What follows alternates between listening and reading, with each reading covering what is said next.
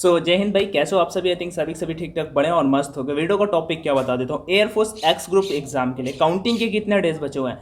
10 days.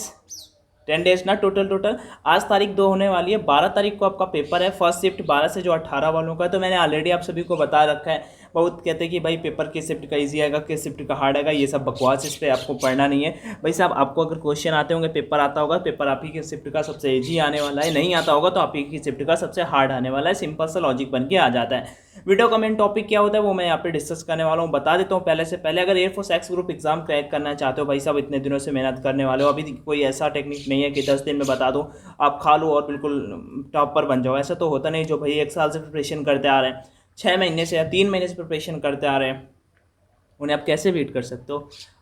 आप beat कर सकते हो। आप में भी उन्हीं में से एक हो जो इतने दिनों से करते से आ रहे हैं। आप 10 दिन में उन्हें कैसे हटा सकते हो। तो भाई अब जहाँ भी हो, जिस सिचुएशन में जो भी हो, मेरा कहने का मतलब ये है कि अपने स्कोर को कैसे बूस्ट कर सकते हो, अपने प्रिपरेशन को कैसे आगे बढ़ा सकते हो। 10 दिन इतना भी नहीं होता कि बिल्कुल कम दिन है। 10 दिनों में बहुत अच्छी खासी प्रिपरेशन की जा सकती है।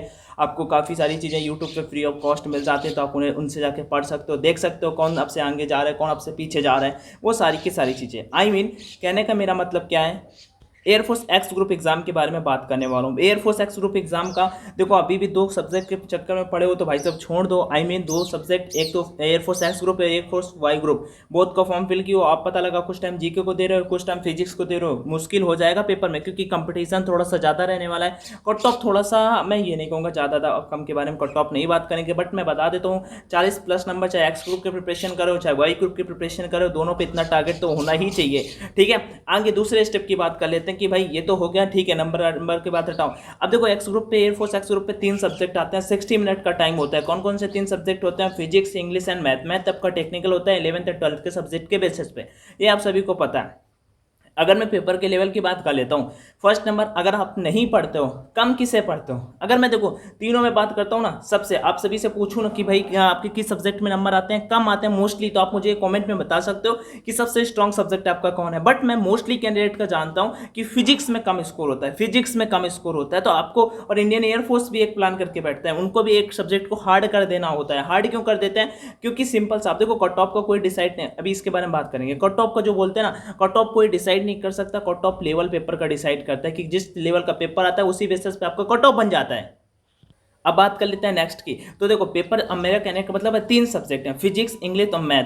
आप देखो मैथ को थोड़ा सा साइड में रख सकते हो, अभी साइड में रख सकते हो। अगर आपका फिजिक्स थोड़ा सा वीक है ना भाई, तो फिजिक्स पर जरूर फोकस करना है, क्योंकि फिजिक्स अगर पेपर में आपका आएगा तो लेवल का तो फिजिक्स ही आपके लेवल का आएगा। अगर आप आउट हो गए ना तो फिजिक्स सेक्शन में ही आउट हो गए, क्योंकि मतलब थोड़ा सा हार्ड जो लगेगा ना आपको, यार थोड़ा सा प्रीवियस टाइम के एक्सपीरियंस के बेसिस पे बोल रहा हूँ, ठीक है। स्पेशली इंडियन नेवी के पेपर में तो मुझे एक अलग ही लेवल का रखता है। कोस्ट गार्ड का उससे भी हार्ड आया दिस टाइम, जैसे मैंने रिव्यू दिया था पेपर, जरूर मैंने नहीं दिया कोस्ट गार्ड का, बट नेवी एंड एयरफोर्स का अगेन एंड अगेन दिया है और क्लियर भी किया। बट अनफॉर्चुनेटली मैं मेडिकल एग्जाम से अनफिट हूँ, बार बार क्या बताऊँ आपको। तो मेरा कहने का मतलब है फिजिक्स पे थोड़ा सा ज़्यादा फोकस रखना। अब फिजिक्स के मैं 10 चैप्टर, वैसे तो मैं कहूँगा कि मैंने फुल लूसेंट करा रखी है, 10 वीडियोज़ पर फुल लूसेंट कौन कौन से चैप्टर, एक वीडियो में मैंने फुल बता रखा है। उसकी प्लेलिस्ट देखने को मिल जाएगी, आप यूट्यूब चैनल के प्लेलिस्ट सेक्शन में जाना, मिल जाएगी। कोई जरूरी भी नहीं है आप जहां से पढ़ रहे हो वहां से पढ़ते रहो। बट मेरा कहने का मतलब ये है कि एक बात ये याद रखना, अगर अच्छा स्कोर करना है तो फिजिक्स सेक्शन में आपको अच्छे नंबर लाने पड़ेंगे। अब फिजिक्स के मैं आज शाम को 10 चैप्टर लिख के, ऑलमोस्ट 10 चैप्टर, जिसमें 1-2 मैं बोल भी देता हूँ। एक तो चैप्टर आपका होगा ग्रेविटेशन वाला, ग्रेविटेशन मतलब गुरुत्वाकर्षण वाला। दूसरा चैप्टर आपका टाइम एंड वर्क वाला हो गया। ये ऐसे चैप्टर हैं जिनसे क्वेश्चन आपका, एक इलेक्ट्रोमैग्नेटिक वेव्स, विद्युत चुंबकीय तरंगे, एक आपका हो गया वो सरफेस टेंशन वाला, जो इलास्टिसिटी वाले दोनों चैप्टर, इनसे क्वेश्चन मतलब लिख के ले लो भाई, इनसे क्वेश्चन मिस ही नहीं कर सकता। फेवरेट टॉपिक है, ठीक है। 62 चैप्टर लूसेंट के पढ़ते पढ़ते थक जाओगे अगर पूरे पढ़ने के चक्कर में पढ़े। मैं 10 चैप्टर भेजूंगा, अगर आप फिजिक्स में वीक हो लिख के भेजूंगा। हैंड राइटिंग में इंग्लिश में मुश्किल होगा, ट्राई करूंगा इंग्लिश में भी लिख दूंगा, कोई दिक्कत नहीं। बट हैंड राइटिंग मुश्किल है जो आप समझ पाओ, बट मैं उसमें टाइपिंग कर दूंगा जल्दी से, तो आपको कोई दिक्कत लेने का सीन नहीं है। तो 10 चैप्टर अगर कंप्लीट कर ले तो कहीं से भी कर लो, आर एस सर के चैनल से कर लो, अनुराग सर के चैनल के सर, मतलब लक्ष्य फोर्स वाले भैया वाले चैनल से कर लो, तो आप सभी के लिए ये दोनों हेल्पफुल हो सकते हैं। वो 10 चैप्टर। अब रहा इंग्लिश का, तो इंग्लिश में भाई वही 15 प्लस स्कोर करके आने वाला है, जिनका देखो मैं बता देता हूँ, वो बंदा 15 प्लस स्कोर करके आने वाला है जिन्होंने फिजिक्स पे थोड़ा मतलब कि इंग्लिश में वोकैब्स पे अच्छा सा कमांड बना लिया है, वो 15 प्लस जाएगा। और जो वोकैब्स जिनमें मतलब भगवान भरोसे हैं कि भाई तुक्का मारेंगे, तो वो फिर 13 14 पे आपका मार्क स्कोर आ रहा होगा, वो डेफिनेटली चाहे जो भी हो आपका इतना स्कोर जा रहा हो। और रहा मैथ का, तो मैथ का सबका अच्छा स्कोर जा रहा होगा एयरफोर्स एक्स ग्रुप एग्जाम के लिए।